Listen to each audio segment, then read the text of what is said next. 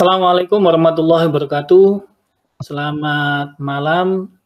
Salam sejahtera buat warahmatullahi wabarakatuh. Mudah-mudahan malam ini kita masih diberikan kesehatan dan selalu dilindungi oleh Tuhan Yang Maha Esa. Mudah-mudahan juga Bapak Ibu sekalian selalu sehat, selalu sukses di dalam setiap aktivitasnya, dan jangan lupa harus tetap bahagia. Apapun kondisinya dalam situasi sekarang ini, menjaga kebahagiaan itu penting untuk meningkatkan imun tubuh kita. Jadi kalau dalam jiwa yang sehat itu nanti akan menciptakan tubuh yang sehat. Baik Bapak Ibu sekalian, pada malam hari ini kita akan memasuki perkuliahan pada pertemuan yang kedua, topik yang kedua. Kita di sini akan membahas tentang kepemimpinan strategis di dalam konteks global ya. Jadi ini masuk pada chapter kedua, Leadership and Strategic Human Resource. Kalau pada pertemuan yang pertama kita sudah bicara tentang the role of strategic leadership dan dalam kaitannya juga dengan strategic human resource. Pada malam hari ini kita akan membahas tentang bagaimana kita membangun kepemimpinan strategis dalam konteks global saat ini. Baik, saya akan sharekan materi saya, Bapak Ibu sekalian. Ini materi saya juga sudah saya share di Elina, nanti bisa dibaca dan dilihat untuk dipelajari. Bicara tentang kepemimpinan strategik, ya. Jadi kepemimpinan strategik itu adalah merupakan kemampuan dari seorang pemimpin untuk mengantisipasi setiap perubahan yang ada, kemudian dia memiliki visioner yang bagus, memiliki visi ke depan yang bagus, kemudian dia juga mampu mempertahankan fleksibilitas. Jadi dalam situasi sekarang ini, fleksibilitas berdasarkan situasional kondisi yang ada, ini penting dilakukan oleh setiap pemimpin agar tercipta yang namanya stability dan sustainability. Dan kepemimpinan strategik itu adalah kemampuan daripada seorang pemimpin juga untuk memberikan kuasa kepada orang-orang di bawahnya untuk menciptakan perubahan strategik. Jadi di samping dirinya menjadi agent of change, tapi dia juga mampu mentransformasi, mendidik, menciptakan para bawahannya untuk menjadi agen-agen perubahan dalam rangka untuk menciptakan keberhasilan organisasi. Nah, kepemimpinan strategis di sini menurut Roy juga dia harus mampu mengandalkan ya. Jadi visinya dia itu harus mampu didevelop, disesuaikan, dikembangkan berdasarkan kondisi organisasi, sehingga keputusan yang diambil oleh seorang pemimpin itu nantinya dapat menciptakan sebuah proses implementasi strategik yang dilakukan secara konsisten sesuai dengan visinya. Untuk itu visi seorang pemimpin itu harus inline dengan visi organisasi, dan dia juga bisa menggerakkan, mengarahkan visi-visi anggota organisasi untuk masuk atau untuk menyesuaikan dengan visi organisasi. Kwong dan Walker sendiri, dia menyatakan ada 7 prinsip di dalam kepemimpinan strategis ya. Jadi yang pertama, prinsip yang pertama, pemimpin strategis itu selalu berorientasi pada masa depan dan dia selalu memiliki strategi masa depan. Jadi salah satu contoh misalkan dalam kondisi COVID-19 ini kan sudah kelihatan nanti akan ada tren-tren ke depan, perubahan-perubahan ke depan pada tahun-tahun ke depan itu akan seperti apa. Nah ini seorang pemimpin strategis, dia sudah mampu mengantisipasinya dan memiliki strategi-strategi untuk masa depan. Ya, salah satu contoh kita patut bersyukur di Indonesia Pak Jokowi sudah mulai mengantisipasi. Salah satu contoh sudah menggandeng Tesla ya. Karena apapun itu nantinya dengan adanya kondisi COVID-19 itu, maka arah teknologi ini akan semakin cepat. Harus diadop. Dan itu Pak Jokowi sebagai pemimpin di Indonesia, dia sudah merespon itu. Kemudian dia bekerja sama dengan menggandeng Tesla untuk berinvestasi di Indonesia. Meskipun juga akan banyak konsekuensi yang dihadapi. Ini juga akan menjungkir balikkan industri dan pasar otomotif yang ada di Indonesia. Dan itu harus siap. Ya. Karena perubahan itu harus segera diantisipasi, cepat atau lambat. Pilihan kita mengantisipasi, mengikuti perubahan, atau kita tergilas oleh perubahan. Dan itu seorang pemimpin strategis harus mampu memilih dan menangkap setiap peluang yang ada dan harus berpikir cepat dan mengambil keputusan yang cepat demi masa depan. Kemudian, seorang pemimpin strategis itu ketika dia mengambil sebuah keputusan, kemudian dia menentukan strateginya, itu harus berbasis pada bukti dan dia harus di-guidance oleh hasil riset. Jadi tidak hanya bukti, tapi dia sudah ada guidance dari hasil riset. Nah, untuk itu maka seorang pemimpin strategis ini dia harus punya kemampuan atau dia harus didukung oleh R&D yang kuat, research and development-nya harus kuat gitu loh. Maka dari itu kemajuan sebuah organisasi, baik itu suatu negara maupun organisasi dalam bentuk perusahaan ataupun rumah sakit ataupun pendidikan, ini dia harus menguatkan research and development-nya untuk menciptakan keunggulan-keunggulan strategis bagi perusahaan atau bagi organisasi, sehingga dia akan tetap dapat sustain di dalam era persaingan dan perubahan yang begitu cepat dan mengejutkan saat ini. Jadi, seorang pemimpin strategis juga pada yang ketiga, dia harus punya prinsip bahwa dia harus bisa menyelesaikan segala sesuatu. Jadi, setiap persoalan yang ada itu harus dibedah dan diselesaikan. Mungkin kalau misalkan kondisi sumber daya dan kemampuan perusahaan tidak mampu menyelesaikan masalah yang dihadapi sekarang, kalau dia seorang pemimpin yang strategis, maka dia akan membagi-bagi itu. Dan dia akan membuat scheduling, dia akan membuat yang namanya istilahnya fokus orientasi pada apa yang bisa dikerjakan dan diselesaikan saat ini. Pemimpin strategis juga prinsip yang keempat, dia harus memiliki dan mampu membuka cakrawala baru. Ya, jadi salah satu contoh seperti sekarang ini, bagaimana seorang pemimpin strategik dengan work from home ini, bekerja dari rumah, itu tetap mampu menjaga kapabilitas sumber dayanya dan tetap mampu menciptakan efisiensi agar perusahaan ini tetap bisa running, berjalan. Jadi harus ada cakrawala baru. Dia mampu menciptakan pola pikir yang out of the box. Ya, hal-hal yang bersifat baru, kreativitas, inovasi. Kemudian prinsip yang kelima, seorang pemimpin strategis itu harus sesuai untuk memimpin.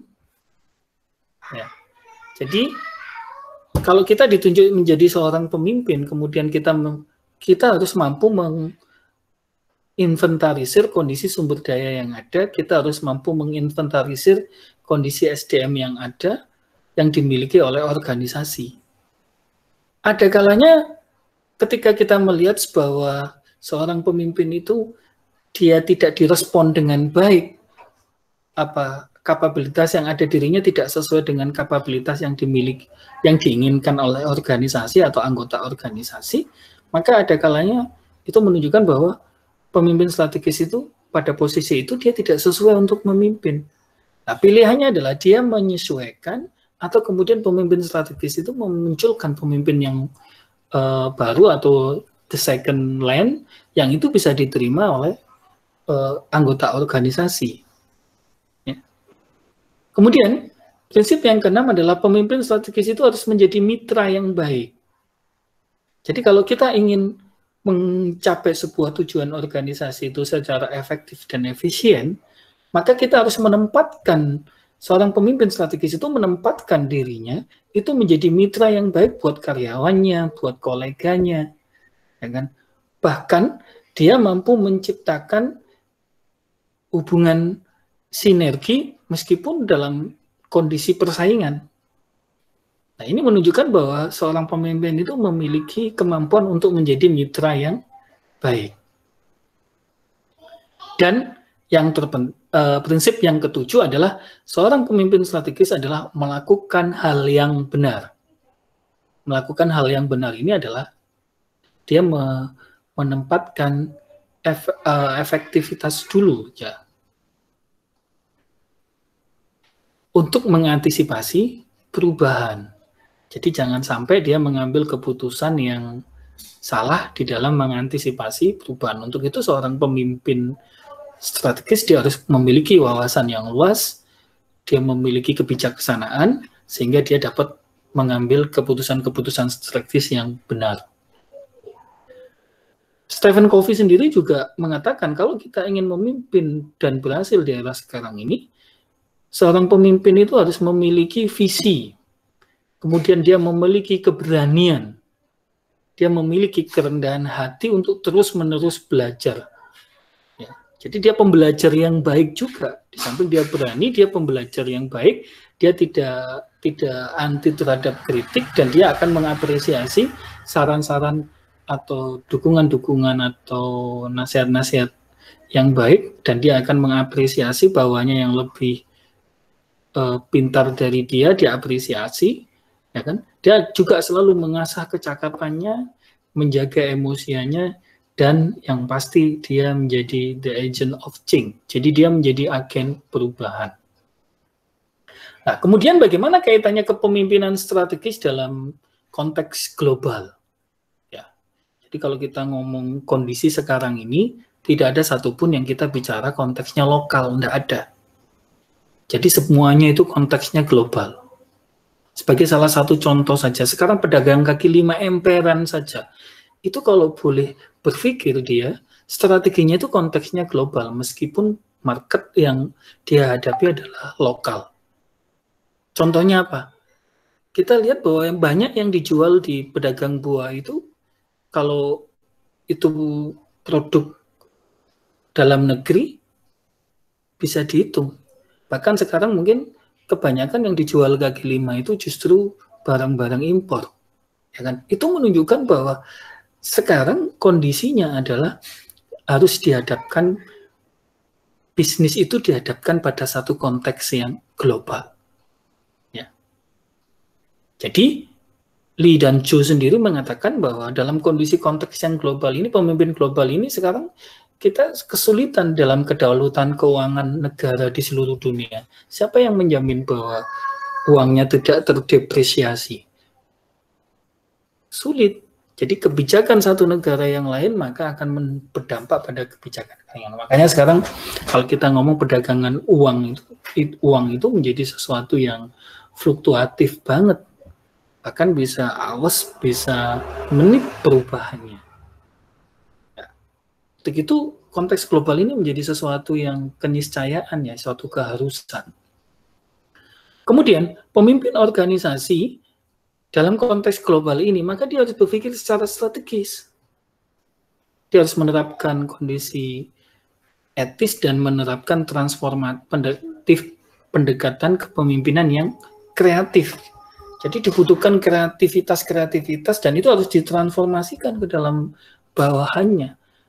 Jika dia menginginkan sebuah organisasinya itu tetap bisa memiliki stabilitas dan sustainability.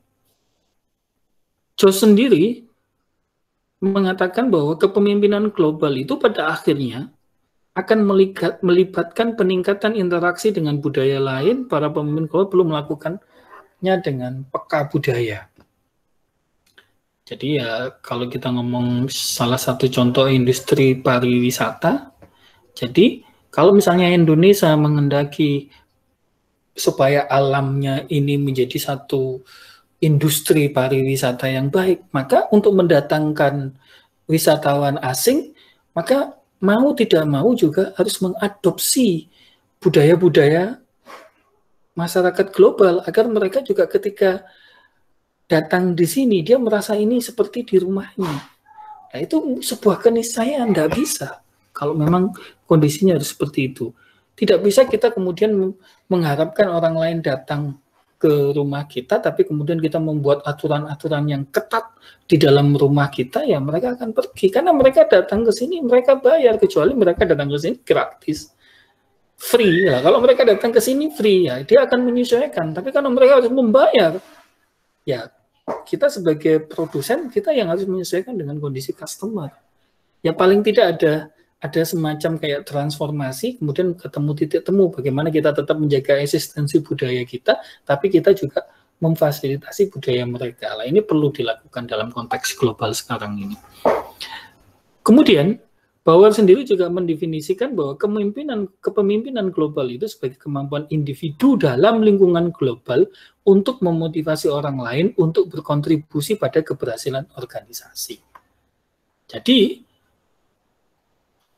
kepemimpinan global itu kaitannya juga bahwa dalam suatu situasi lingkungan global ini bagaimana seorang pemimpin bisa memotivasi bawahannya untuk berkontribusi dalam keberhasilan organisasi. Ya, jadi harus disampaikan bagaimana informasi di dalam lingkungan global, sejauh mana lingkungan global itu akan mempengaruhi kebijakan dan bisnis daripada perusahaan, itu harus diketahui oleh anggota organisasi.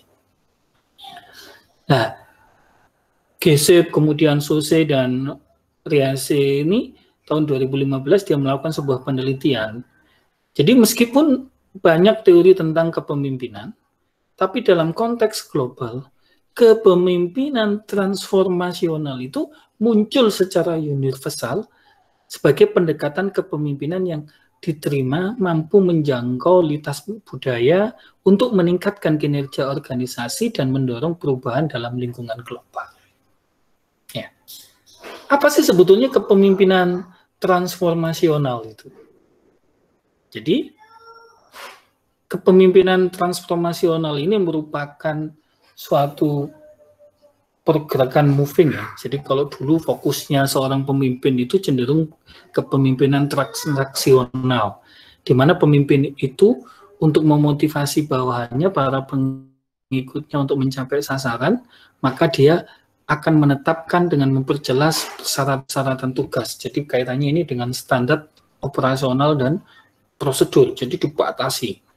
Ya kan? Ada reward and punishment yang jelas. Ini kepemimpinan transaksional. Tapi pada kepemimpinan transformasional, itu peran pemimpin justru dia hanya sebagai seorang dirijen. Dia sebagai seorang dirijen saja yang mengorkestrai seluruh kemampuan anggota organisasinya, dibiarkan dengan kreativitasnya masing-masing, tapi dia mampu membuat menjadi sebuah dirijen yang bisa mengorkestrai seluruh anggota bawahnya untuk berkembang dengan seni, kemampuan, kapabilitas yang dimilikinya dengan passionnya, tapi itu semuanya diarahkan untuk mencapai tujuan organisasi. Jadi disinilah letak kepemimpinan transformasional itu. Nah, ada pendekatan kepemimpinan yang lain juga, pendekatan antara perbandingan kepemimpinan karismatik dengan visioner. Jadi kalau karismatik itu dia mengendalikan kondisi daripada kepribadian yang dia miliki atau silsilah atau kemampuan yang ada dari kondisinya dia, kepercayaan dirinya dia, kemudian perilakunya dia yang membuat karismatik. Mungkin dia keturunan raja atau keturunan orang-orang yang sukses, ya itu bisa membangun sebuah kepemimpinan karismatik. Ya. Tetapi konteks kepemimpinan karismatik ini hanya didasarkan atas kepribadian dan kepercayaan dirinya saja. Beda dengan kemudian kepemimpinan visioner. Kalau kepemimpinan visioner itu dia mampu mempengaruhi orang lain dengan visinya, dengan program kerjanya, dengan program-programnya dia yang jelas, dengan kemampuannya dia menciptakan visi tren masa depan, kemudian dia breakdown di dalam aktivitas-aktivitas yang jelas, yang terperinci, ya kan, sehingga itu dia bisa membuktikan bahwa itu bisa dijalankan dengan baik. Akhirnya dia menjadi seorang pemimpin yang visioner karena kemampuan dia di dalam membaca masa depan dan mentransformasinya kepada anak buahnya, kepada para pengikutnya. Ya. Dan kepemimpinan strategik dalam konteks model kepemimpinan terkini juga kaitannya ada kepemimpinan tim. Jadi sekarang ini Superman is dead, yang ada adalah super team. Jadi pemimpin tim itu selalu mampu menjadi penghubung dengan pihak luar, kemudian dia mampu menjadi problem solving dari masalah organisasi dan anggota organisasi, dan dia mampu menjadi seorang manajer konflik, dan dia mampu menjadi seorang pembina. Ya. Dalam konteks global, beberapa pendekatan kepemimpinan ini mungkin yang bisa relevan untuk dijalankan untuk mencapai keberhasilan dan implementasi daripada strategi perusahaan supaya bisa berhasil mencapai tujuan yang telah ditetapkan. Nah, ada beberapa perilaku pemimpin yang efektif. Dan ini yang pertama adalah dengan memberikan contoh kepada para bawahan, berarti dia agent of change tadi ya.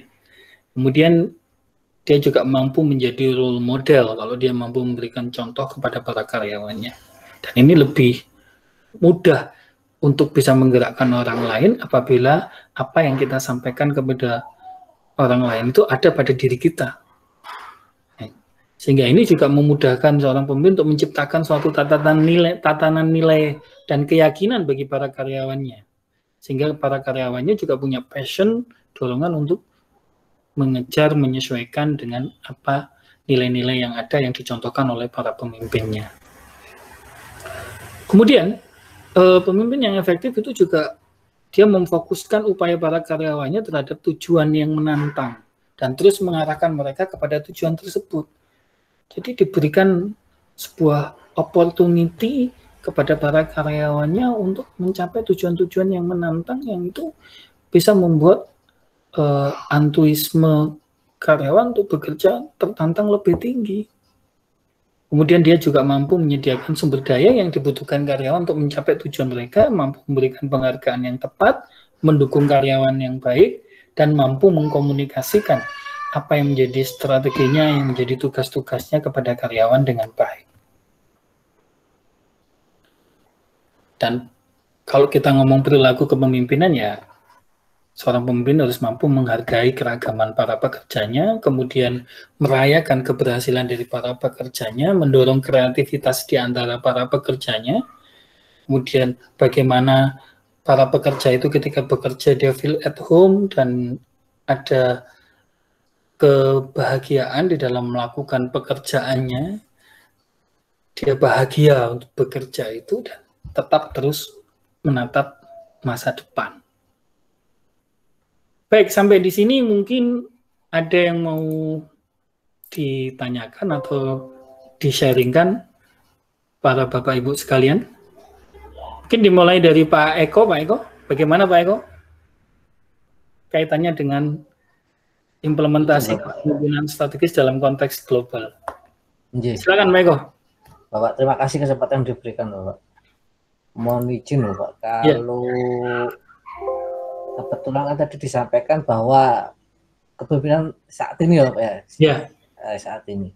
Nah, tetapi kalau kita lihat pemimpin kita yang Bung Karno, itu kan juga menurut saya kan pimpinan yang visioner, karismatik itu Bapak. Betul. Nah, terbukti kalau beliau masih hidup pun, kalau menurut saya Bapak, itu beliau masih apa namanya, masih selaras lah kalau memimpin bangsa ini kan Bapak itu. Ya. Gitu. Jadi bisa dibayangkan di usia yang sangat muda begitu strategisnya beliau, di saat kita baru 10 tahun merdeka bisa mengumpulkan negara-negara Asia Afrika itu Bapak. Iya. Nah, kalau Pak Harto kan juga sebetulnya visioner karismatik Bapak. Nah, kalau yang presiden-presiden yang setelahnya ini saya masih bingung Bapak, mungkin bisa tak tahu diberikan gambaran mengenai pemimpin-pemimpin kita yang setelah reformasi ini Bapak. Baik, Pak Eko. Jadi begini Pak Eko, kalau kaitannya dengan kepemimpinan strategik ya dari para pemimpin bangsa kita ini, memang kalau boleh jujur bahwa kepemimpinan itu sangat amat terkait dengan kepribadian dan nilai-nilai yang dimiliki oleh pemimpinnya. Jadi itu pun semuanya pasti ada positif negatifnya. Tapi yang terpenting adalah seorang pemimpin, sebagaimana yang saya jelaskan tadi, seorang pemimpin itu dia harus mampu mengadopsi kondisi lingkungannya, ya, kondisi lingkungannya, dan kemudian dia mampu berorientasi pada masa depan dan memiliki strategi masa depan. Jadi dia mengesampingkan yang namanya kepentingan-kepentingan atau visi-visi individu tadi itu mampu dibawa, digerakkan ke dalam visi organisasi, dan visi organisasi itu harus muncul dari visi seorang pemimpin juga, gitu. Nah, kalau tadi Bapak sudah sampaikan salah satu contoh Pak Insinyur Soekarno, memang beliau kalau boleh disampaikan kaitannya dengan konsep kepemimpinan, beliau adalah seorang kepemimpinan yang visioner ya. Jadi dia moving dari kepemimpinan karismatik menjadi kepemimpinan yang visioner, gitu loh. Pak Karno itu cukup menjadi kepemimpinan visioner. Ya. Jadi kepemimpinan visioner beliau ini ya sebagai salah satu bukti bahwa bagaimana Indonesia menjadi negara yang cukup besar dengan banyaknya pulau-pulau yang ada itu menjadi satu kesatuan, menjadi kesatuan negara Republik Indonesia. Ya kan? Kemudian diteruskan oleh Pak Harto. Pak Harto ini kalau bisa dikatakan bahwa beliau adalah pemimpin yang kalau kaitannya dengan penjelasan saya tadi, beliau adalah pemimpin yang karismatik, ya kan? Dan dia sebetulnya Pak Harto itu amat sangat kuat pada pola kepemimpinan transaksional. Gitu. Iya, sehingga zamannya Pak Harto dulu itu yang namanya unity of commando itu benar-benar bisa jalan. Ya kan? Jadi kalau pusat sudah ngomong A, maka sampai bawahan itu bisa berjalan dengan baik. Memang kesannya seorang pemimpin yang transaksional itu kesannya akan menjadi sedikit otoriter gitu. Oh, justru gitu Bapak Ji? Ya. Transaksional ya, bukan transformasional. Beda. Jadi pemimpin transaksional itu kesannya memang seperti kayak otoriter karena dia memang tegas terhadap prosedur, terhadap tugas-tugas, ya itu tegas. Oh iya, transaksional. Cuman ada kelemahannya, akhirnya membatasi kreativitas orang-orang yang ada di dalamnya. Jadi bahkan kadang-kadang muncul yang namanya ABS, asal Bapak senang. Ya kan? Kepemimpinan transaksional itu akan berhasil jika seorang pemimpinnya benar-benar memiliki kemampuan yang kuat gitu. Dia ahli di bidang ekonomi, dia ahli di bidang kenegaraan, dia ahli di bidang teknologi, dia ahli di bidang. Karena kalau tidak, maka kepemimpinan transaksional itu akan mudah dimanfaatkan oleh orang-orang yang ada di bawahnya, yang kemudian dia bisa memasukkan kepentingan-kepentingannya dia, karena pemimpinnya kurang mendalami aspek-aspek yang ada di dalam strategi organisasi. Maka yang paling cocok sebetulnya memang kalau kita ngomong pemimpin negara dalam konteks global sekarang ini, ya pemimpin yang transformasional ini. Cuman persoalannya adalah apakah siap rakyat bangsanya negaranya. Ya salah satu contoh misalnya Indonesia mulai bergerak ke arah demokrasi. Jadi demokrasi dibangun. Tapi apa yang terjadi? Karena masyarakatnya nggak siap, maka malah tumbuh kerajaan-kerajaan yang kecil. Jadi sekarang akhirnya yang muncul adalah pemimpin-pemimpin yang menggerakkan organisasi itu menjadi pemimpin-pemimpin partai. Itu. Makanya di Malaysia itu ditegaskan bahwa hal-hal yang bersifat strategis ekonomis bukan kenegarawanan itu dipimpin oleh orang-orang yang memang menguasai secara profesional di bidang itu. Sedangkan hal-hal yang bersifat birokrasi kenegarawan ya memang dikuasai oleh negarawan. Nah, pemimpin transformasional itu sebetulnya harus dibangun dulu, dibentuk dari tatanan. Misalnya saya ngomong di organisasi, katakanlah di perusahaan Bapak ya. Bapak, ketika Bapak sudah menetapkan suatu visi sebagai seorang pemimpin dalam konsep pemimpinan transformasional karena dia menjadi seorang dirijen, maka Bapak kan yang membuat notasi-notasi lagu, kemudian membagi instrumen-instrumennya itu sesuai dengan alat musik yang ada dan kemampuan dari orang-orang yang memainkan alat musik tersebut. Jadi kepemimpinan transformasional itu akan berhasil kalau organisasi itu memiliki sumber daya yang tepat dan dia juga memiliki SDM yang tepat. Jadi the right man in the right place tapi didukung dengan sumber daya yang lain. Jadi perusahaan juga menyiapkan sarana dan prasarana infrastruktur untuk membangun itu. Jadi itulah yang membuat sebetulnya kalau kita ngomong dalam konteks perusahaan, ketika perusahaan itu dia mampu membangun kepemimpinan transformasional, ya kita salah satu contohnya ya siapa yang perusahaan mampu membangun kepemimpinan transformasional? Apple, kemudian Google ya kan, kemudian Amazon. Itu juga dia mampu membangun sebuah kepemimpinan transformasional. Di mana pemimpin bahkan pemilik yang kemudian dia mampu membangun budaya, dia rela melepas ketika dia melihat ada pemimpin di bawahnya yang itu memang cocok untuk menjadi dirijen.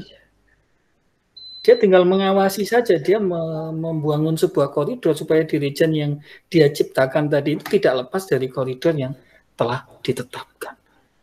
Dan itu sebuah keniscayaan kalau menginginkan sebuah organisasi itu bisa berjalan dengan baik. Nah, dalam konteks sebuah negara juga begitu. Ya, harusnya regenerasi pemimpin itu sudah diciptakan dengan baik. Ya. Jadi kemudian juga rekrutmen daripada departemen-departemen atau bidang-bidang yang kemudian itu sudah dirumuskan. Makanya sebetulnya dulu ada garis besar haluan negara. Jika GBHN itu benar-benar ditetapkan secara profesional dan baik dan harus diikuti, baik itu dalam rencana jangka panjang maupun pendeknya, menengahnya, kemudian selalu diikuti, disepakati oleh seluruh anggota partai, seluruh jajaran partai yang ada, siapapun nanti yang memenangkan pemilu, karena pemilu ini hanyalah sebagai sebuah istilahnya kontestansi ya. Semuanya akan mengikuti itu. Nah, itu bisa melakukan baik. Makanya sebetulnya DPR itu pegang peranan MPR, DPR, DPD. Itu sebetulnya kalau kita ngomong ini sebetulnya sebagai sudah ada infrastrukturnya. Tapi infrastrukturnya ada, tapi kalau orang-orang yang ada di dalamnya itu bukan orang-orang yang kompeten, maka tidak akan bisa membangun yang namanya garis besar haluan negara yang didasarkan atas sebuah rencana strategis yang panjang yang kemudian di breakdown ke dalam rencana strategis yang pendek menengah, kemudian semua legowo mengikuti. Nah, untuk itu ketika seseorang masuk di dalam partai politik, dia masuk di dalam pelayanan publik, ketika dia berpikir kepentingan masyarakat menjadi kepentingan negara dan kepentingan masyarakat itu di atas kepentingan pribadi dan golongan, selesai, Pak. Ya.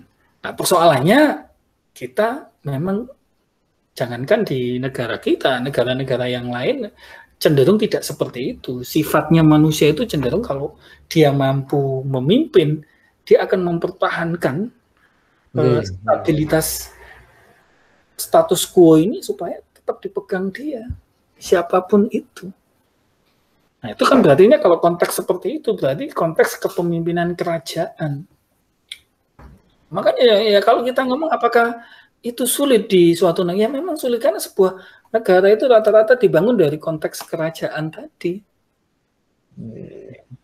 Nah, itu yang membuat sesuatu menjadi sulit di dalam penerapan di lapangan. Maka yang paling mudah adalah mulai dari diri kita, keluarga kita, ya kan, kemudian lingkungan kerja kita. Kalau kita membangun lingkungan-lingkungan kecil, kalau kita sebagai pemimpin dan kita mampu menjadi pemimpin yang transformasional, kita menciptakan satu perubahan yang baik, nah ini bisa meresonansi kepada pihak-pihak yang lain. Contohnya saya juga, kayak saya menjadi dosen, ya saya harus menjadi dosen yang baik. Bagaimana saya meletakkan kepentingan bangsa, kepentingan masyarakat, kepentingan negara ketika saya mengajar, gitu. Nah itu, maka saya akan mengajar dengan sungguh-sungguh, karena harapannya apa? Ilmu yang saya sampaikan ini nanti bisa ditransformasi ke mahasiswa dan mahasiswa bisa mengimplementasikan di lapangan. Jadi itu Pak Eko ya. Jadi beliau berdua ini kan, kok bagi saya Bapak kurang tahu, bagi saya tuh beliau tuh bisa visi misinya jelas gitu Bapak. Kayak Insinyur Soekarno, visi misinya kan jelas, merdeka atau mati, sampai dalam penghabisannya beliau, meninggalnya beliau juga tetap merdeka atau mati. Tetapi waktu Pak Soeharto itu visi misinya udah pembangunan, dan pembangunan GBHN kan dengan adanya GBHN sampai dengan tinggal landas kan Bapak. Itu. Tapi dengan sampai berikutnya ini kadang-kadang kan tidak sampai ke tingkatan paling bawah kan Pak ya. Gitu. Kalau yang saat ini kan gitu. Itu sih Bapak. Jadi makanya kalau bagi saya beliau berdua ini kok visi misinya itu bisa sampai tatanan terendah itu loh Bapak.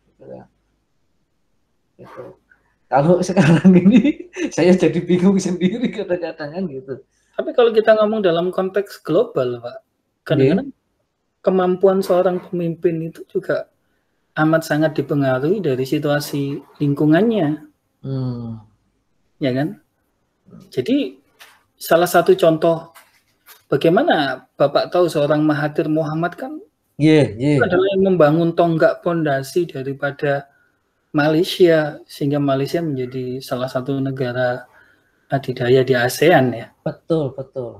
Tapi itu pada konteksnya dia memimpin saat itu. Tapi ketika dia kemudian memimpin, memenangkan kembali di pemilu sekarang, pemilu kemarin, dan dia memimpin, nah dia baru menyadari bahwa situasinya berubah. Dan ketika situasi berubah, itu dibutuhkan kapasitas dan kapabilitas pemimpin yang berubah pula. Gitu. Ketika dia mencoba menerapkan kebijakan-kebijakan dan strategi-strateginya masa lalu, tidak bisa bergerak, ya kan? Akhirnya kemudian dia menyadari dan mengundurkan diri juga kan akhirnya. Betul. Jadi kalau kita melihat bahwa yang terpenting yaitu tadi, kalau kita ngomong kepemimpinan global itu memang yang paling cocok adalah kepemimpinan transformasional. Dan kepemimpinan transformasional ini dia harus mampu menjadi seorang dirijen yang mengorkestrai seluruh jajaran anggota atau para pengikutnya atau manajer di bawahnya. Itu dia mampu menggerakkan itu semua.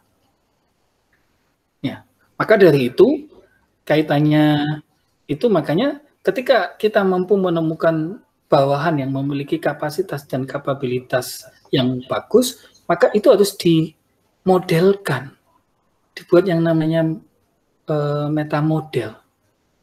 Ya, jadi kalau ini saya coba saya lanjutkan ya presentasi saya tadi pada slide selanjutnya. Jadi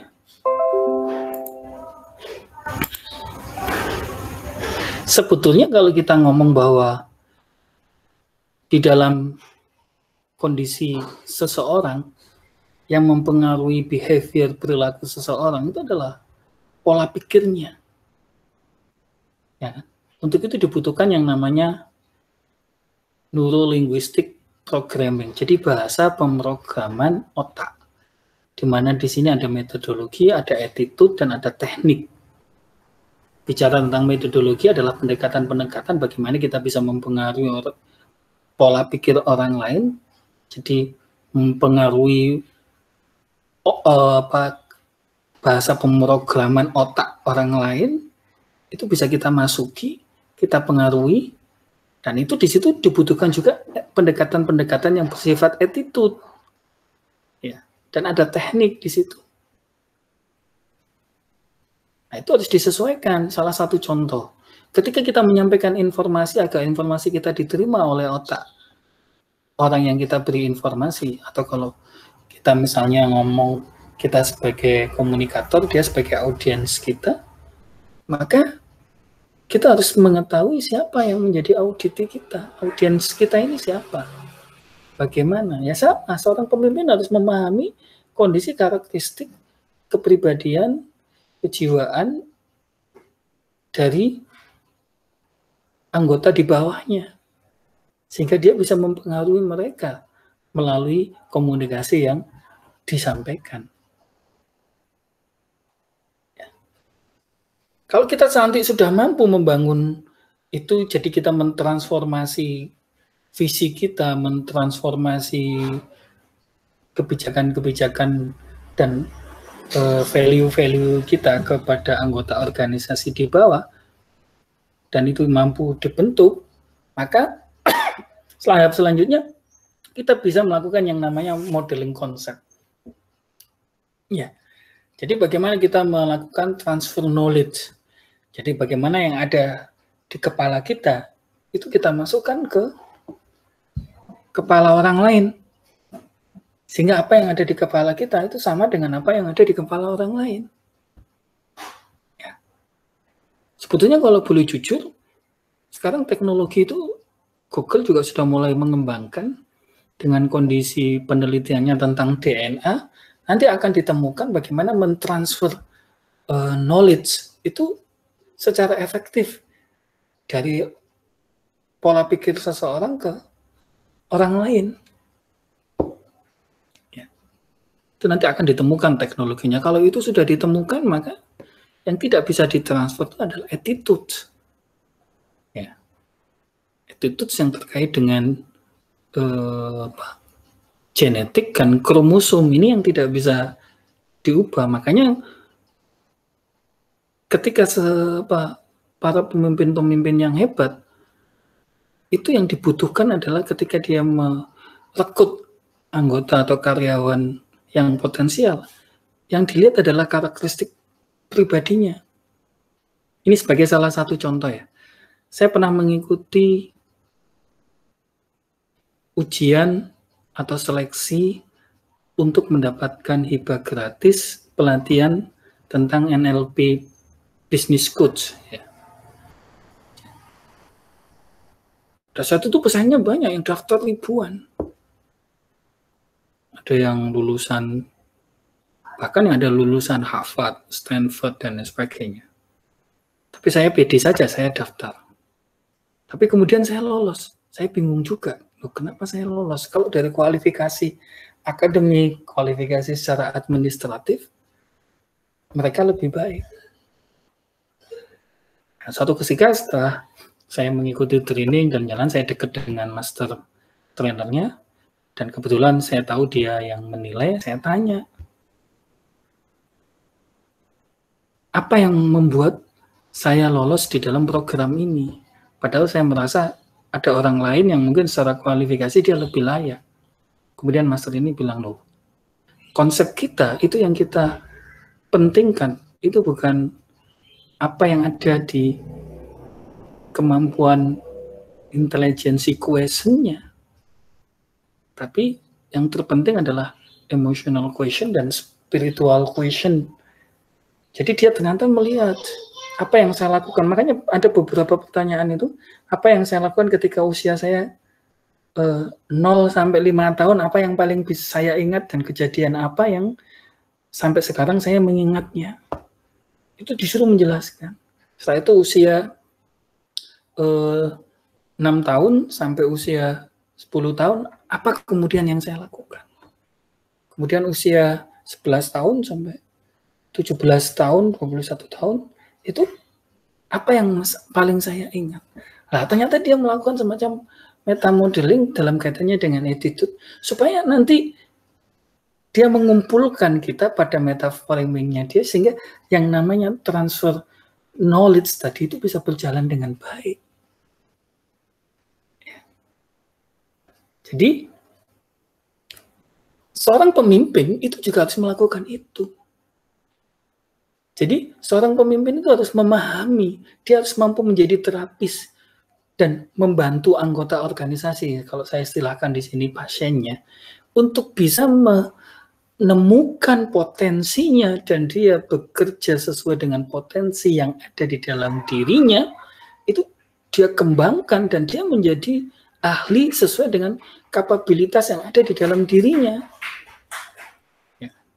Dan itu membutuhkan kemampuan komunikasi yang baik.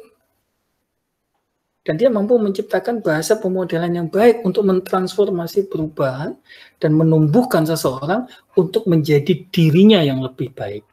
Be yourself. Makanya di situ ada yang namanya mendaur, kemudian mengajarkan, merubah.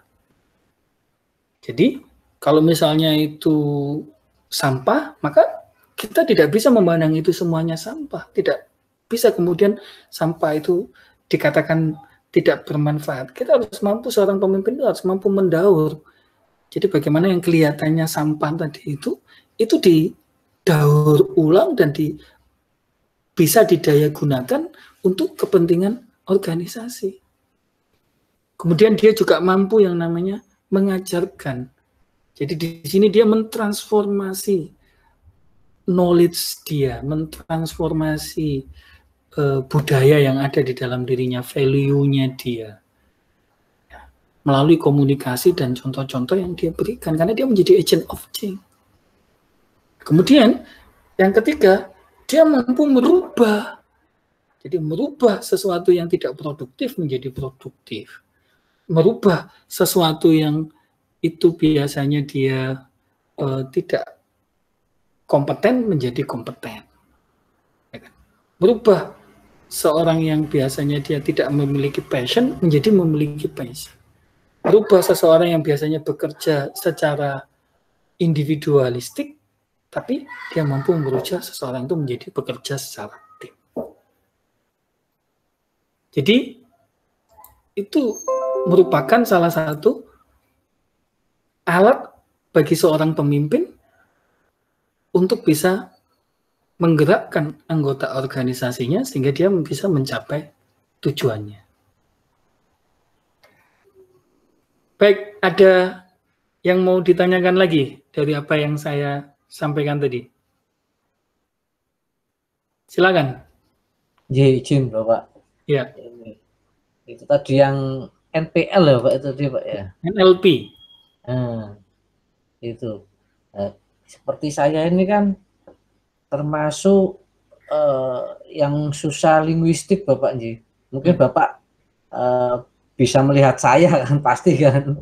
Nah, tetapi memang di tim saya itu meskipun saya kesulitan linguistik, banyak yang mengerti apa yang saya inginkan dan yang saya maksudkan.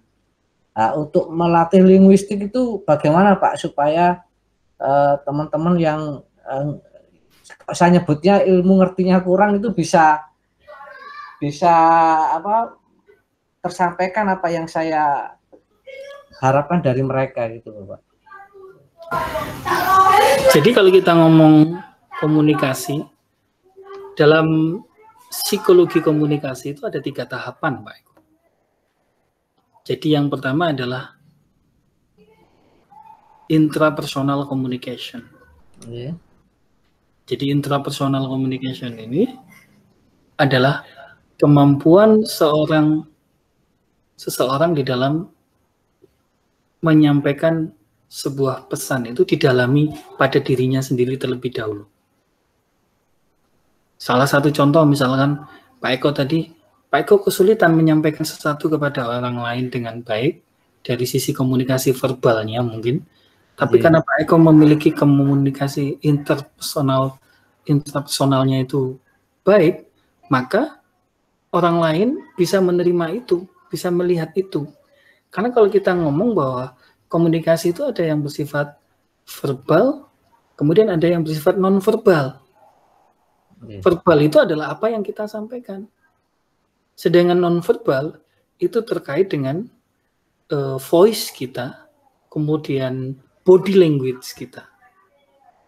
Dan kalau secara prosentase, komunikasi non-verbal itu yang memiliki bobot paling besar di dalam mempengaruhi orang lain, itu adalah body language.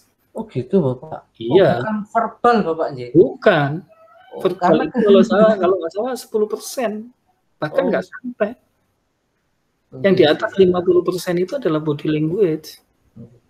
Nah, kalau Pak Eko mampu membangun komunikasi verbal tadi dan voice, kalau voice masih cukup besar, sekitar 20-30%. Ya. Jadi kalau Bapak mampu membangun komunikasi verbal yang kaitannya dengan voice, itu malah lebih bagus. Sehingga nanti daya serap anggota organisasi Bapak, bawaan Bapak itu menjadi 80% ke atas. Dan itu nanti akan menghasilkan kinerja yang lebih baik. Ya. Jadi yang pertama tadi tahapnya adalah intrapersonal communication. Jadi mampu memahami apa informasi baik itu dari sisi konteks maupun konten itu dipahami dengan baik. Salah satu contoh misalkan, saya mau jual jamu, ya contohnya begitu. Saya mau jual obat, atau misalkan begini, kalau di perusahaan Bapak asuransi ya Pak Eko ya? Iya Pak. Ya, misalnya saya mau jual asuransi. Ya. Saya mau jual asuransi. Kemudian saya mau menyampaikan bagaimana strategi penjualan asuransi itu kepada bawahan saya. Maka secara intrapersonal communication itu, maka yang akan menjadi titik poin kita, apakah itu ada pada diri kita?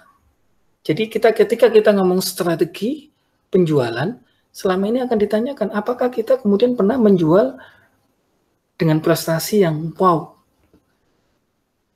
Nah, kalau itu ada, maka itu sebetulnya kita sudah memiliki yang namanya intrapersonal communication yang baik. Contohnya kayak saya ini, saya ngomong strategik, orang akan bertanya, pernah jadi apa? Ya kan? Kalau dari sisi pendidikan, saya pernah dari 0 sampai puncak. Ya kan? Dari bawahan yang tidak jelas, sampai menjadi rektor. Ya. Dalam tempo waktu yang singkat. Di perusahaan juga begitu, saya jadi volunteer sampai jadi direktur utama. Sebetulnya experience kita ini, itulah yang nanti akan membangun intrapersonal communication kita dengan baik. Makanya kadang-kadang perusahaan kenapa ketika merekrutmen dia butuh CV, dia butuh pengalaman. Ya kan? Ini untuk menjustifikasi, paling tidak untuk melakukan sebuah modeling bahwa Anda pernah melakukan sesuatu. Anda pernah berhasil pada posisi tertentu, ya gitu. Nah, ketika kita mampu melakukan intrapersonal komunikasi dengan baik, maka tahap yang kedua adalah interpersonal communication. Nah, pada interpersonal communication ini, kita harus memahami siapa yang kita ajak bicara, bagaimana kondisi bawahan kita. Makanya kadang-kadang seorang sales yang sukses, itu dia tidak ngomong produk, tapi dia ngomong tentang kedekatan hubungan. 90% konteks ketika dia ngomong dengan pelanggannya, itu dia tidak bicara tentang produk yang dia jual. Tapi dia melakukan yang namanya proses mirror. Jadi bagaimana kita bisa menjadi dia bisa menjadi kita. Jadi ada proses asimilasi. Makanya kadang-kadang kalau secara pola pikir di dalam konsep NLP, ketika kita bicara dengan lawan bicara kita dan kita mau memasukkan tujuan-tujuan tertentu, maka kita harus bisa memahami gaya bahasa dan gaya serap pola pikir dari lawan yang kita ajak bicara. Jadi kalau dia misalnya sukanya ngomong tentang katakanlah dia ngomong tentang politik misalnya begitu, ya kita ngomongnya tentang politik. Kalau dia suka ngomong tentang keluarga, ya kita bicara tentang konteks keluarga. Kalau dia hobinya mancing misalkan begitu, ya kita ngomong tentang bagaimana memancing yang baik. Ya. Baru kemudian kalau sudah ada kedekatan, baru kemudian kita memasukkan tujuan kita. Jadi tujuan kita ini hanya merupakan satu selling unique point saja yang kita masukkan, dan itu hanya sekitar 5%. Tapi karena pintunya sudah kita buka, maka ini menjadi value yang masuk ke dalam otak kita. Otaknya lawan bicara kita, yang kita ajak bicara. Sehingga tujuan-tujuan kita bisa terlaksana, bisa disepakati oleh mereka. Bahkan dalam konsep mirror itu, kita harus membuat bahwa lawan bicara kita itu merasa bahwa dia adalah kita adalah dia gitu. Makanya kalau boleh jujur, kenapa Jokowi bisa jadi presiden? Itu ahli, istilahnya psikologi masanya itu menurut saya cukup bagus, cukup pintar itu. Dia menggunakan konsep Jokowi adalah kita. Itu ahli NLP itu. Ya itu salah satu contoh seperti itu. Ya memang bahwa verbal itu bobotnya kecil, tapi verbal itu tetap dibutuhkan karena dia menjadi sesuatu yang memang tidak kita sampaikan kepada orang lain. Ya kan? Jadi itu adalah interpersonal communication. Kemudian tahap yang ketiga adalah mass communication. Jadi komunikasi massa. Jadi bagaimana kita bisa mengkomunikasikan apa yang kita inginkan ke dalam jangkauan audiens yang lebih banyak. Jadi bisa melalui media sosial, kemudian bisa melalui pengajaran, bisa melalui seminar, ya kan? Bisa menjadi motivator dan lain sebagainya. Itu sebetulnya pada hakikatnya itu tadi dibangun dari situ.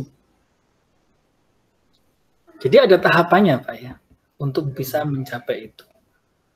Jadi kalau tadi mirroring, terus apa Mirroring, terus jadi, yang terakhir kan mass communication. Jadi yang pertama adalah interpersonal communication. Interpersonal communication, dan yang ketiga adalah mass communication. Jadi kalau para sales itu memahami ini Pak, sebetulnya dia bisa menjadi sales yang andal gitu. Jadi salah satu contoh mirroring tadi yang saya sampaikan, itu kalau misalkan lawan bicara kita itu nggak sadar dia mengangkatkan tangannya begini, tangan kirinya diangkat begini, maka kita mengikuti. Ya kan? Kita ikuti. Dia tiba-tiba mendongakkan kepalanya begini, dia mengikuti. Itu body language kita ini juga akan mempengaruhi. Jadi kita harus memanfaatkan panca inderanya dia. Jadi panca inderanya dia itu tidak hanya kalau kita ngomong panca indera itu kan ada visual, auditory, kinestetik, gustatory, dan penciuman. Ya. Jadi indera penciuman. Jadi kita ngomong panca indera itu tidak hanya apa yang dilihat saja, tetapi juga apa yang didengar, apa yang dirasakan, dan apa yang dia bau. Ya kan? Lidah kecap apa yang dia rasakan. Tapi yang dominan di dalam konsep komunikasi itu adalah visualisasi, auditori, dan kinestetik. Nah, bahasanya juga harus sesuai. Jadi kalau bahasa auditori itu lebih menekankan bahwa apa yang didengar. Berarti dia itu akan lebih melihat salah satu contoh. Kalau misalnya ini memang sukses, siapa yang merekomendasikan? Siapa yang kemudian apa istilahnya media-media mana yang kemudian mengakui itu? Kalau visualisasi, dia bisa membuktikan secara langsung. Jadi bahasanya ya, ini loh buktinya. Dia loh, setelah menggunakan jasa saya, dia ternyata bisnisnya meningkat. Dia setelah menggunakan asuransi, dia menjadi lebih stabil kondisi ekonomi dan keuangannya, misalkan begitu.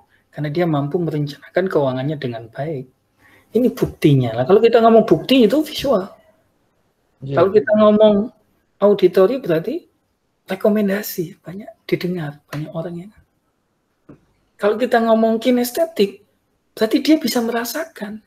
Nah, untuk dia bisa merasakan, kadang-kadang voice kita ini penting, maka kita harus belajar voice itu. Nggak tahu sekarang, kalau saya kan dulu memang saya secara intens saya belajar yang namanya retorika ya. Kalau di pondok itu ada namanya istilah ilmu mantek. Jadi ilmu diplomasi, retorika. Ya. Itu kita bicara ilmu. Kalau dulu ada perlombaannya, Pak. Saya kebetulan juara tingkat kota Surabaya zaman saya SMP dulu, SD dulu. Ya, itu ada juara retorika. Kalau kita ngomong retorika, saya kan sebetulnya kalau boleh jujur, Pak ya, menghadapi satu kelemahan. Kelemahan saya apa? Saya lahir dalam kondisi cedal. Nah, pada saat iya, karena saya itu tadi, karena saya menyadari bahwa saya lahir dalam kondisi cedal, itu saya harus membuat sesuatu yang tidak mungkin menjadi mungkin. Jangankan mau menjelaskan kepada orang lain, ya kan? Verbal saya ini gak jelas gitu loh. Apalagi yang lainnya gitu loh, Pak. Akhirnya kemudian saya belajar yang namanya ilmu retorika, kemudian qori'ah, saya belajar qori'ah, dan saya belajar puisi. Qori'ah itu, Pak. Saya qori'ah juara 1 sampai tingkat kota madya dulu, Pak. Nah, saya kemudian bagaimana memaksakan kelemahan saya tadi itu bisa saya tutupi. Saya belajar bagaimana voice saya itu bisa menutupi kecedalan saya. Saya belajar bagaimana body language saya dalam kaitannya dengan ketika saya mengekspresikan apa yang saya sampaikan, itu bisa menutupi kelemahan saya. Saya bisa manage voice saya supaya voice saya itu bisa kapan saya harus melakukan stressing, kapan saya harus melakukan mirroring tadi itu. Jadi ya, saya beruntung diberikan oleh Allah kelemahan cedal tadi. Kalau saya tidak diberikan kelemahan itu, mungkin saya tidak bekerja keras, saya tidak berusaha keras untuk belajar dengan baik retorika, puisi, qiraat, dan lain-lain. Jadi saya itu berangkat dari kekurangan saya, maka kemudian saya mempelajari itu. Makanya psikologi komunikasi itu juga saya pelajari sejak lama, Pak, sudah.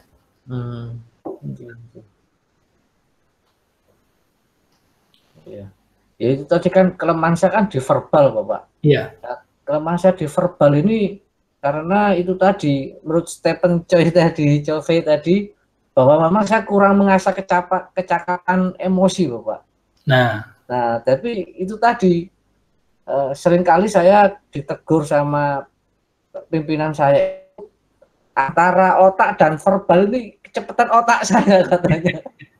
Ya, tapi untung tim saya itu teman-teman itu tadi bisa ngikutin saya gitu loh Pak. Untungnya itu. Itu. Tapi harus dikembangkan, Pak. Jadi Jadi kalau Bapak menyadari satu kelemahan di situ dan kelemahan itu bisa ditutupi dengan tim, Bapak harus membangun, Pak. Jadi Bapak harus membuat sebuah formula. Sebetulnya apa sih? Coba ditanyakan kepada bawahan Bapak. Bapak merasa verbal Bapak kurang, tapi dia bisa menerima. Itu kenapa? Apa yang menyebabkan itu? Nah, kalau kita tahu misalnya, wah ya Bapak memang tidak jelas, tapi dari body language Bapak itu kita bisa paham. Nah, body language apa? Apakah muka Bapak, ya kan? Apakah bibir Bapak senyum Bapak, ya kan? Kemudian ataukah gerakan tangan, kaki, atau gerakan tubuh, nah itu ditanyakan, Pak. Nah, kemudian itu diasah, Pak, dikembangkan. Ya itu. Jadi selalu saya kepada tim itu saya katakan, kalau di Jawa Tengah kan bukan ngerti, ya maksud ya gitu kan. Maksud Pak udah jelas sekali katanya gitu. Kan bahasa verbal saya ya belepotan gini Bapak itu tadi. Makanya ini saya nggak pede juga nih mau ngambil MM ini. Itu tadi. Saya punya mahasiswa dan sekarang jadi sahabat saya. Dia memiliki perusahaan yang kapitalisasinya sekarang udah triliun, Pak. Ketika saya pertama kali mengenal beliau, bahwa saya melihat gaya bicara verbal beliau jauh lebih rendah daripada Bapak. Tapi kemudian dia memperbaiki, Pak. Dia berani belajar, berani bertanya. Jadi misalnya ketika saya dulu mendampingi beliau menjadi salah satu direkturnya, kalau dia mau menghadapi klien atau pemimpin atau kolega, dia kemudian mendiskusikan dengan saya, kalau saya ngomong begini, kira-kira benar atau tidak? Tolong dikoreksi. Saya kemudian mengkoreksinya. Dan kemudian beliau mengingat dan mencatat. Oh, berarti kalau saya berhadapan ini. Jadi begitu, Pak. Dia pembelajarnya cukup tinggi. Hanya sekarang bagus komunikasinya beliau. Ya kan? Apalagi sekarang komunikasi itu kan tidak, kalau boleh jujur, tidak hanya dengan mulut. Komunikasi itu bisa dengan jari sekarang. Ya. Dia mampu melakukan sebuah komunikasi dengan chat itu bisa mempengaruhi, menggerakkan orang lain. Sekarang itu kita tidak hanya menggerakkan dan mempengaruhi orang lain dari komunikasi voice saja, tapi komunikasi chat itu harus bisa menggerakkan orang lain. Agar penempatan emosinya juga tepat, ya. Kalimat itu bisa mempengaruhi orang lain. Dan itu kita perlu belajar.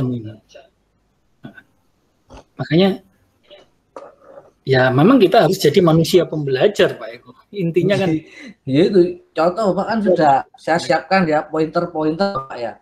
Tapi kok begitu ada ide itu langsung saya keluarkan gitu Pak. Tapi verbalnya nggak nyampe, tapi memang itu tadi body language saya kan cenderung jika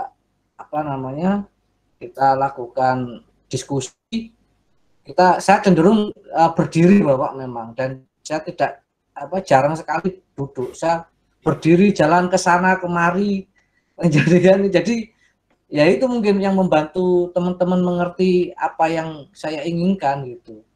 Nah itu dikembangkan, diasah. Ya. Siap Bapak. Kalau bisa ya diformulakan supaya nanti itu Bapak bisa transformasikan ke bawahan Bapak. Karena kalau kita menginginkan sebuah organisasi atau bisnis kita ini sustain, harus ada yang namanya transformasi nilai, transformasi sistem, transformasi budaya. Jadi ada behavior yang tidak hanya model pola pikir kita saja, tapi juga model behavior kita bisa transformasikan kepada bawahan kita. Ya, sehingga kita bisa menjalankan itu dengan baik. Tapi juga tidak menutup kemungkinan seperti yang saya sampaikan tadi. Ada kalanya untuk kepentingan sebuah organisasi yang lebih luas. Kita sebagai seorang pemimpin itu harus rela untuk melepaskan jabatan kepemimpinan kita ketika kita menyadari ada gaya kepemimpinan kita yang itu tidak bisa diterima oleh anggota organisasi yang ada. Makanya kadang-kadang kan kayak Pak Harto itu pintar, Pak. Pak Harto itu dia menyadari itu. Makanya dia menempatkan orang-orang lain pada bidang-bidang tertentu untuk tampil di muka. Beliau kan jarang tampil di muka. Tapi semua digerakkan oleh beliau. Ya kan? Dan itu harus ada kerelaan dan kebesaran jiwa daripada seorang pemimpin untuk melepas euforia dan popularitasnya diserahkan kepada orang lain. Yang penting tujuan organisasi tercapai. Ya, siap Bapak. Jadi memang harus belajar. Jadi kalau belajar itu Bapak, saya tuh senang Bapak belajar. Cuma terkendala ujian aja Pak, karena verbal itu tadi Bapak.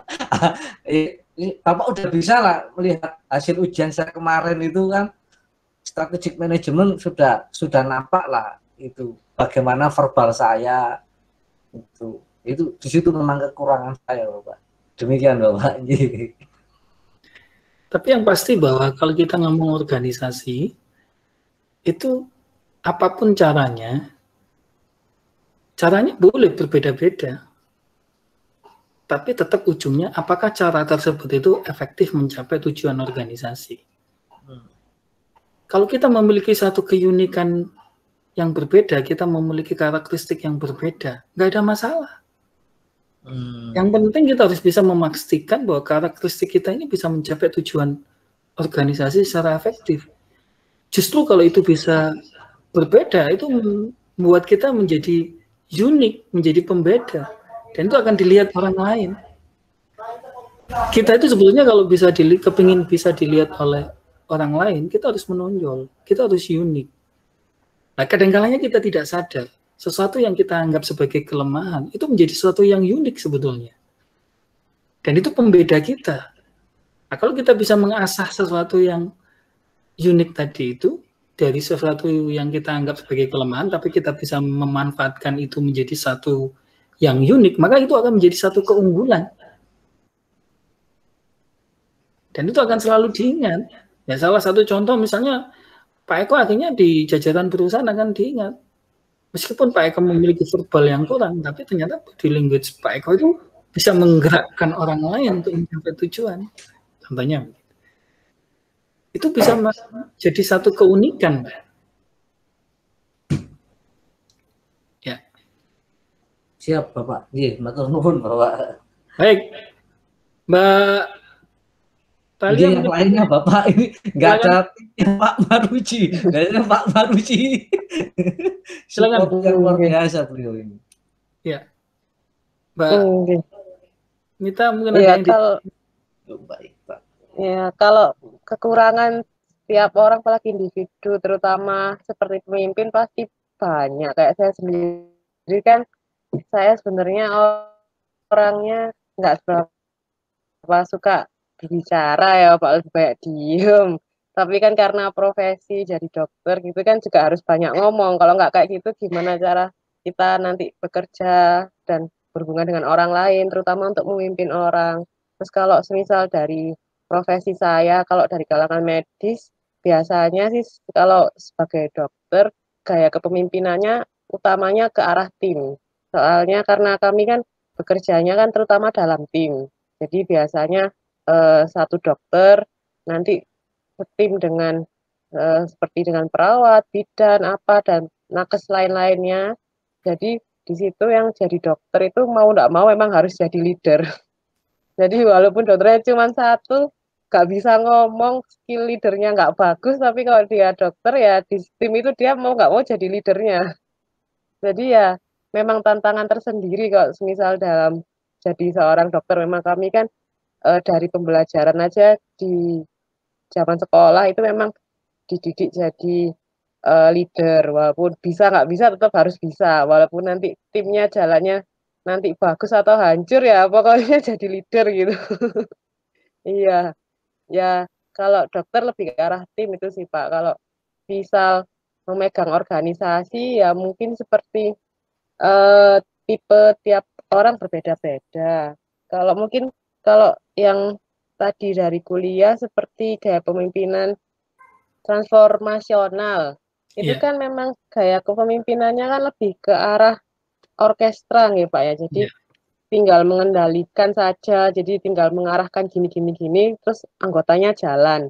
betul. Memang tantangannya sih kalau yang saya lihat transformasional ini berjalan bagus kalau membernya, anggotanya ini orang-orangnya aktif semua, aktif Betul. dan proaktif seperti itu. Jadi ketika anggotanya proaktif, ya sebagai leader enak, tapi hanya tinggal mengarahkan ini gini gini gini, mereka jalan sendiri. Tapi kalau anggotanya itu pasif dan misalnya orang-orang baru yang baru berkecimpung di hal tersebut, otomatis menurut saya ya tidak bisa menjadi leader seperti transformasional, lebih ke arah transaksional, jadi membimbing seperti itu. Betul. Karena kalau di tempat saya yang kerja yang baru ini, memang saya ya karena saya baru pindah tempat kerja, jadi ya merasakan kayak kepemimpinan tiap orang kan berbeda-beda. Memang kalau pemimpin di tempat baru saya ini, beliaunya malah pemimpinnya yang pasif, tapi anggotanya tuh aktif sekali, proaktif sekali. Jadi walaupun pemimpinnya enggak mengarahkan apa-apa itu, tapi anggotanya itu langsung kerja kerja kerja selesai. Jadi pemimpinnya hanya terima jadi. Ya seperti itu. Kalau yang di tempat sebelumnya kan memang pemimpinnya lebih aktif, jadi seperti lebih ke arah apa ya, otoriter gitu, apa ya, bukan otoriter ya, seperti memerintahkan A, anggotanya ngikut A, lebih ke transaksional kayak gitu. Walaupun anggotanya pasif, tapi kami jadi bisa belajar hal baru ke pemimpin kami sebelumnya karena beliau membimbing seperti itu. Kalau ini yang sekarang memang harus benar-benar jadi anggota yang aktif. Tapi ya repotnya kalau leadernya pasif itu seperti anak ayam yang hilang, Pak. Kehilangan Jadinya induknya ya. iya kehilangan induknya. Jadi ya kerja jalan kemana-mana tapi nggak jelas arahnya karena nggak ada yang mengarahkan. Ya itu saja sih Pak kemungkinan dari saya. Ya betul itu yang disampaikan Mbak Mita ya. Jadi kadangkala kalau kita ngomong, apalagi kita ngomong dalam sebuah organisasi kepemerintahan ya, kadang-kadang kan rotasi jabatan itu berdasarkan senioritas, berdasarkan kepentingan organisasi atau ada aspek birokrasi politis, sehingga orang yang ditempatkan pun kadang-kadang bukan orang yang memang memiliki kompetensi di bidang itu atau tidak sesuai dengan kondisi budaya pada organisasi tersebut. Ya mau tidak mau bahwa ketika dihadapkan kondisi yang seperti itu kan pemimpin berarti pemimpin laissez-faire ya. Dia melakukan pembiaran. Ya, dibiarkan saja wis. Nah, pemimpin seperti ini memang dia tidak fokus terhadap tugas maupun kedekatan. Dia nggak deket juga nggak berorientasi kepada tugas. Nah, keberhasilan organisasi bagaimana? Ya tergantung daripada kondisi bawahannya. Kalau kondisi bawahannya kreatif semua, ya organisasi akan tetap jalan. Tapi bukan digerakkan oleh pemimpin, tapi karena masing-masing personil yang ada di dalam organisasi itu sudah memiliki kesadaran, dia sudah memiliki visi, dia memiliki passion untuk bekerja dengan baik. Tapi ketika kemudian anggota organisasinya dia tidak memiliki kemampuan bekerja dengan baik, ya bubrah kalau dengan konsep laissez-faire ini. Ya, jadi kalau dibiarkan ya akhirnya kembali kepada anggota organisasi, kembali kepada tim kerja yang ada. Jadi kalau mereka bisa bekerja dengan tim meskipun tidak diarahkan oleh pemimpin, tapi karena sudah ada guidance target yang harus dicapai, yang harus dikerjakan, ya itu bisa dikerjakan, bisa di organisasi masih bisa tetap berjalan. Tapi sebetulnya hakikatnya kalau tanpa pemimpin yang visioner, pemimpin yang transformasional tadi, pemimpin yang bisa menggerakkan, pemimpin yang bisa menciptakan timnya untuk bisa berinovasi, pemimpin yang mampu menjadi agent of change, ya perusahaan tidak akan bisa tumbuh pesat. Ya, jadi ya hanya sekedar running saja. Nah, kalau nanti dihadapkan pada satu kondisi perubahan persaingan yang ketat, ya ini akan menjadi satu tantangan tersendiri. Apakah perusahaan masih bisa tetap sustain atau dia bisa berhenti di situ? Tapi umumnya kalau perusahaan publik, organisasi publik seperti kesehatan dan sebagainya, itu memang umumnya peran seorang pemimpin itu ada kalanya memang tidak terlalu kuat, ya. Jadi sebagaimana yang sudah saya sampaikan pada pertemuan kemarin, kadangkala pemimpin yang strategis itu memang bisa meningkatkan, mencapai tujuan perusahaan dengan baik. Tapi ada kalanya juga seorang pemimpin yang dia tidak bisa memiliki kapabilitas untuk menjadi seorang pemimpin strategik, ini justru menghambat, ya kan? Justru menghambat. Maka dari itu, ketika pemimpin itu tidak memiliki, atau dalam tanda kutip, ketika seorang pemimpin itu kemampuannya lebih rendah dibanding anggota organisasinya, maka sebetulnya hakikatnya lebih baik pemimpin itu diam, laissez-faire, pembiaran. Kenapa? Anggota organisasinya dia lebih baik. Itu justru organisasi malah bisa lebih jalan. Tapi ketika seorang pemimpin itu kapabilitasnya lebih rendah, kemudian dia merasa sok pinter, karena pemimpin ya harus ngikuti aku, padahal dia kapabilitasnya jauh lebih rendah daripada anggota organisasi, malah bubrah ini organisasinya. Ya kan? Malah bisa tidak jalan. Jadi sesuatu itu pasti ada positif dan negatifnya, pasti ada nilai keuntungan dan kerugiannya. Jadi gitu ya Mbak Nita? Oke, benar Pak. Soalnya kalau bekerja di tempat swasta dan pemerintah itu memang beda sekali kayak kepemimpinannya. Betul. Saya sampai kaget juga. Iya, memang kalau ke pemerintah itu memang stafnya, pegawainya ini memang harus lebih aktif, Betul. Iya, kalau swasta kan yang aktif, jajaran atasnya aktif, biar pegawainya ikut aktif dan rasa memiliki. Tapi kalau pemerintahan kan mau nggak mau memang harus punya rasa empati dan memiliki seperti itu. Oke. Iya. Baik, saya kira cukup ya pertemuan kuliah kita pada pertemuan kedua ini. Mbak Mita, Mbak Eko, cukup ya? Siap, Bapak. Iya, Pak. Ya. Siap, cukup. Saya akhiri sampai di sini. Terima kasih atas perhatiannya, atas aktif kuliahnya. Amin. Mudah-mudahan apa yang saya sampaikan bisa diterima dengan baik dan bisa dijadikan